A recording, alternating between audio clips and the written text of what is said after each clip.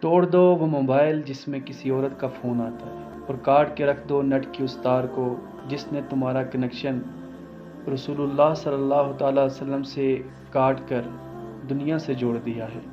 یاد رکھنا، ایک دل میں دو محبتیں نہیں سما سکتی۔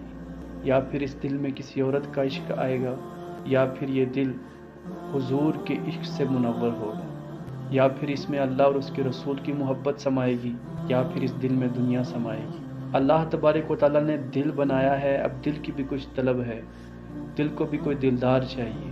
اب یہ ہم پر ہے کہ ہم اس دل کو کون سا دلدار عطا کرتے ہیں۔ اس لیے اگر آپ نے اس دل کو روشن کرنا ہے، اور اگر آپ نے اس دل میں جھانک کر پوری دنیا بلکہ مکان و لا مکان کے نظارے کرنے ہیں، تو پھر اس دل میں اللہ اور اس کے رسول کی محبت کو سما لیجئے۔